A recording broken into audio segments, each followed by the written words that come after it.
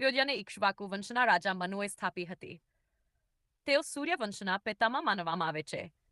આ વંશમાં વના પ્રખ્યાત રાજાઓ થયા, જેમાંથી શ્રી રામચંદ્રજી સમથી વિશેષિત છે. રામાયણ પ્રમાણે રાજા દશરથના 4 પુત્રો હતા: રામ, લક્ષ્મણ, ભારત અને શત્રુઘ્ન. રામને 16 વર્ષનું વનવાસ મળ્યું અને આ દરમિયાન તેમણે રાવણનો સંહાર કરીને સીતા માતાને લંકામાંથી મુક્ત કરી. વનવાસ પૂરો કર્યા પછી રામ અયોધ્યા પરત ફર્યા અને રાજ્યાભિષેક થયો, જે રામરાજ્ય તરીકે પ્રખ્યાત છે.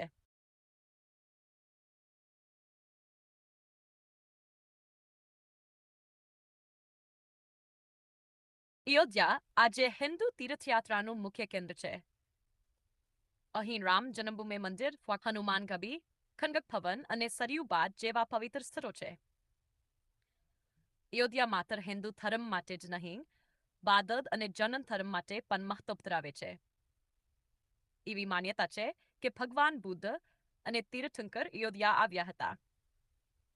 શું તમે કોઈ વિશિષ્ટ ઘટના અથવા પ્રસિદ્ધિકોણ વિશે વધુ જાણવા ઈચ્છો છો?